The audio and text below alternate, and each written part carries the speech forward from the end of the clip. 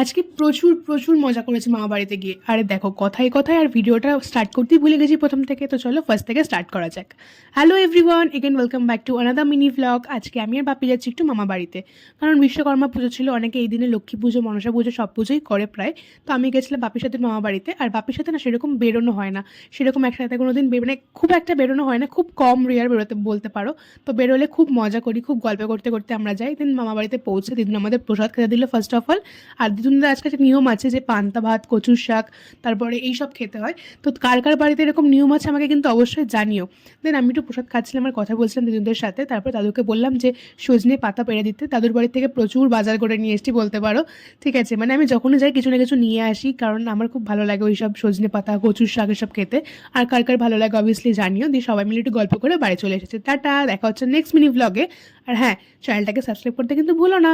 Bye bye everyone.